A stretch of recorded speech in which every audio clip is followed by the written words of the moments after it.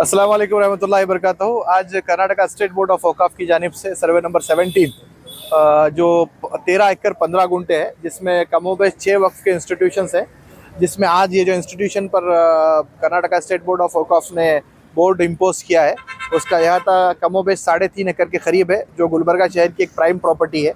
और ये कब्रस्तान का अहाता है, जिसमें मनियार और चौधरी फैमिलीज़ के ग्रेव्स बहुत पहले से मदफन होते आ रहे हैं और उनकी फैमिली के लिए डेडिकेटेड कब्रस्तान है। तो यहाँ पर इंक्रोचमेंट की खबरें मिली थी, इससे पहले भी बहुत से अटैम्प्ट इंक्रोचमेंट के हुए हैं और इस जगह से इस शहर के अमन अमान को ख़राब करने की साजिशें भी बहुत हो चुकी हैं। तो इसलिए मैंने मुनासिब समझा कि यहाँ पर कर्नाटका स्टेट बोर्ड ऑफ औकाफ की जानिब से ओनरशिप का बोर्ड इम्पोज किया जाए। और यहाँ पर आने के बाद ये पता चला है कि तकरीबन 17 से 18 इलीगल स्ट्रक्चर्स इस वक्फ की प्रॉपर्टी के अंदर बनाए गए हैं, जो डेलाइट रॉबरी वक्फ बोर्ड के साथ कह सकते हैं। मैंने वक्फ ऑफिसर को डायरेक्शन दिया है कि इमीडिएट इन तमाम के डिटेल्स लेकर विद इन 1 मंथ इनको नोटिस इशू करना है और जल्द से जल्द ये प्रॉपर्टीज़ को खाली कराकर फिर से एक मरतबा कब्रस्तान के तहत वापस लेने का काम कर्नाटका स्टेट बोर्ड ऑफ औकाफ करेगी। मैं फिर से एक बार आप तमाम के ज़रिए गुलबर्गा की आवाम से गुजारिश करता हूँ कि जहाँ पर भी वक्फ की प्रॉपर्टीज़ पर इंक्रोचमेंट आप देख रहे हैं, खामोशी इख्तियार मत कीजिए, इन्फॉर्मेशन हम तक पहुँचाइए, इंशाल्लाह आगे की कार्रवाई हम करने की कोशिश करेंगे। वक्फ की प्रॉपर्टीज़ जहाँ भी हैं, यहाँ पे हमारे पास गुलबर्गा शहर के अंदर 27,000 एकड़ की वक्फ प्रॉपर्टी है, जिसमें 17,000 एकड़ इंक्रोच हो चुके हैं।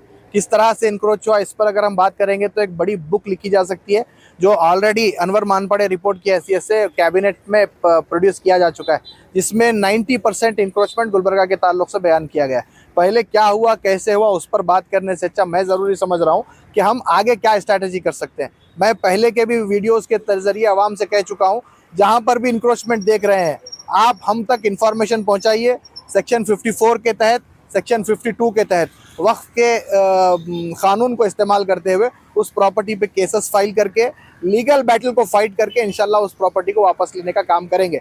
गुलबर्गा शहर में ना सिर्फ गुलबर्गा के बाहर बल्कि रिंग रोड जैसे प्राइम प्रॉपर्टीज़ को भी अल्हम्दुलिल्लाह हमने हमारे पीरियड के अंदर पोजीशन में लिया है। नाउम्मीदी का कोई सवाल नहीं, इंशाल्लाह लीगल बैटल करेंगे और प्रॉपर्टीज़ को वापस लेने का काम इंशाल्लाह हम लोग करेंगे। बोर्ड में ब्लूप्रिंट होगा और बोर्ड को सभी 17,000 एकड़ प्रॉपर्टीज़ पे इंक्रोचमेंट है और गुलबर्गा के अंदर कमोबेश गजीट नोटिफाइड 7,000 इंस्टीट्यूशन है। एक गली में अगर घुसेंगे तो 4 मस्जिदें वक्फ के तहत गजीट नोटिफाइड प्रॉपर्टीज़ हैं। मेरे को गुलबर्गा के अंदर काम करने के लिए 17 से 18 लोगों का अमला चाहिए। गुलबर्गा में वक्फ बोर्ड ऑफिस के अंदर काम सिर्फ और सिर्फ 4 लोगों के ज़रिए हो रहा है। वो 4 लोगों को लेकर आप सेल्फ ब्लूप्रिंट लाकर अगर काम करने के लिए जाएंगे तो ये होने वाली बात नहीं है, पॉसिबल बात नहीं है। वज़ीर औकाफ को ऑलरेडी हमने रिप्रेजेंटेशन दिया है कि गुलबर्गा एक बहुत बड़ा कर्नाटका का सब में बड़ा वक्फ का जायदाद रखने वाला डिस्ट्रिक्ट है। यहाँ पे कम से कम 12 लोगों का अमला काम करने के लिए चाहिए। अगर वैसा अमला दिया गया तो कम एक 4-5 लोगों को डेडिकेटेडली सिर्फ और सिर्फ वक्फ की प्रॉपर्टीज़ को वापस लेने के लिए इंशाल्लाह हम काम लगा सकते हैं। सब में ताज्जुब की बात यह है कि गुलबर्गा में कई 100 केसेस वक्फ ट्रिब्यूनल के अंदर पेंडिंग है, तहसील ऑफिस में पेंडिंग है, एसी ऑफिस में पेंडिंग है, डिप्टी कमिश्नर के पास पेंडिंग है। गुलबर्गा डिस्ट्रिक्ट के अंदर हमारे पास लीगल एडवाइज़र भी अभी तक मौजूद नहीं है, जिसका रिप्रेजेंटेशन कई मरतबा दिया जा चुका है। आपके ज़रिए भी मैं वज़ीर औकाफ से गुजारिश करता हूँ कि गुलबर्गा के ऊपर ख़ास तवज्जो दीजिए। आप एक लीगल असिस्टेंट और मैं जो स्टाफ कह रहा हूँ स्टाफ दीजिए। इंशाल्लाह गुलबर्गा से मेरे रहते इंशाल्लाह 5,000 एकड़ प्रॉपर्टी को ब्लूप्रिंट हमारे पास रेडी है, हम वापस लेने का काम कर सकते हैं। ऐसी बात इसमें लोकल रिप्रेजेंटेटिव का भी इन्वॉल्व होगा, लेकिन इस मामले में खासकर वक्फ बोर्ड के मामले में लोकल रिप्रेजेंटेटिव आवाज़ नहीं उठाते। मोहतरमा कनीज़ फातिमा साहिबा और उनके अलावा दीगर MLAs का कोऑपरेशन अल्हम्दुलिल्लाह इस मामलात के अंदर हमें रहा है। मैं जहाँ तक मैं पर्सनली जिन MLAs से मैंने कम्युनिकेट किया है और उनसे रिप्रेजेंटेशन हासिल करने की कोशिश की है, पॉजिटिव रिप्रेजेंटेशन मिला है। चूँकि मोहतरमा कनीज़ फातिमा साहिबा एक MLA के साथ साथ ऑनरेबल मेंबर भी हैं कर्नाटका स्टेट बोर्ड ऑफ औकाफ की, उनके कोऑपरेशन के साथ ये तमाम काम हो रहे हैं। इंशाल्लाह कोऑपरेशन उनका हमारे साथ है। वक्फ अदालत के लिए अल्हम्दुलिल्लाह एक अच्छा कॉन्सेप्ट आली जनाब ज़मीर अहमद खान साहब की तरफ से वक्फ अदालत का एक शुरू हुआ, जिसका दूसरा हिस्सा बीदर में हम लोगों ने देखा। वहाँ पर कई इंक्रोचमेंट के केसेस को ज़मीर अहमद खान साहब ने ना सिर्फ लिया है, बल्कि दूसरे दिन डिप्टी कमिश्नर, ज़िला पंचायत के CEO और all IAS officers of the district के साथ मीटिंग करके 70% इश्यूज़ को रिजॉल्व करने की कोशिश उन्होंने सेकेंड डे की है। हमने उनसे मुतालबा किया है, बिल्कुल बीदर ही की तरह गुलबर्गा भी एक बहुत बड़ा डिस्ट्रिक्ट है जहाँ पे वक्फ की जायदादों में लूट माट हुई है, तो यहाँ पर भी एक वक्फ अदालत का हम लोगों ने डिमांड किया है। इंशाल्लाह अगले महीने हमें उम्मीद है कि आने वाले महीने अगस्त में फर्स्ट वीक या सेकेंड वीक गुलबर्गा के अंदर लोक अदालत लगेगी और गुलबर्गा की पब्लिक को अपने ग्रीवेंसेस मिनिस्टर तक पहुंचाने का मौका दिया जाएगा। और भी बहुत के कई सारे काम हैं, वो छोड़ के सिर्फ एनकरेजमेंट के ऊपर ज्यादा। देखिए, तो टोटल 177 टोकन्स वहां पे दिए गए थे। ऑनरेबल मिनिस्टर ने सिर्फ इंक्रोचमेंट के ऊपर वहां पर सामने से लोगों के ग्रेवियंस लिए हैं, और जो कमेटीज से रिलेटेड रहने दीजिए, मैनेजमेंट इंस्टीट्यूशन के रहने दीजिए, अपॉइंटमेंट ऑफ मुतवल्लिस के रहने दीजिए, उन्होंने वक्फ ऑफिसर्स को डायरेक्शन दिए थे।